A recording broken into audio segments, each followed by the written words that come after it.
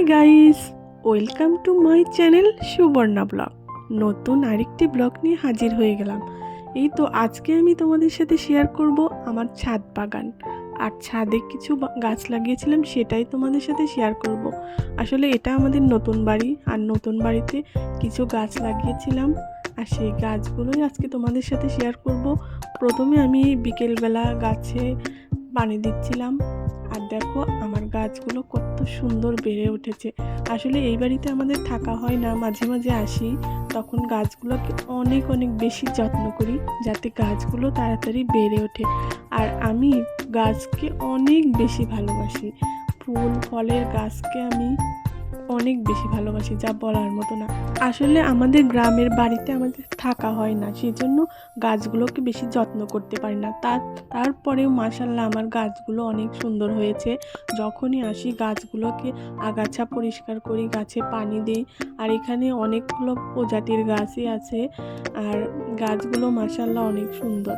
আর মাঝে মাঝে ফুলও দেয়, ফুলগুলো দেখলে তো আমার তো ভীষণই আনন্দ লাগে যখন আমার এই গাছগুলোতে ফুল ফোটে। আমি যখন যে বাড়িতেই ঘুরতে যাই না কেন, সেখান থেকে আমি গাছ কালেক্ট করে করে নিয়ে আসি। আর এইভাবে গাছ আনতে আনতে আমার এতটা পরিমাণে গাছ হয়ে গেছে। আস্তে আস্তে আরও অনেক গাছ আমি গাছের সংখ্যা বাড়াবো, কারণ ফুল গাছ ফল গাছ আমি অনেক বেশি ভালোবাসি। আর দেখেন আমার এই যে স্নেক প্লান্ট গাছটা, একটা গাছের থেকে অনেকগুলো গাছ হয়েছে। এভাবে আমি একটা গাছের থেকে অনেকগুলো গাছ করি, এভাবে আমার অনেকগুলো গাছ হয়ে গেছে মাশাআল্লাহ। সামনে আপনাদের সাথে আরও অনেক গাছ শেয়ার করব। দেখেন আমার এই গাছটাতে ফুল ফুটেছে, আমার তো দেখে ভীষণই ভালো লাগতেছে। ফুলটা ছোট হলেও কিন্তু অনেক কিউট ফুলটা। যাই হোক, আর এই ছাদ বাগান আমার খুবই শখের একটা বাগান। তো আজ এ পর্যন্তই। ভিডিওটি ভালো লাগলে চ্যানেলটি সাবস্ক্রাইব করে দেবে, বেল নোটিফিকেশানটা বাজিয়ে দেবে, যাতে আমি পোস্ট করার পরে প্রথম নোটিফিকেশানটা তুমি পেয়ে যাও।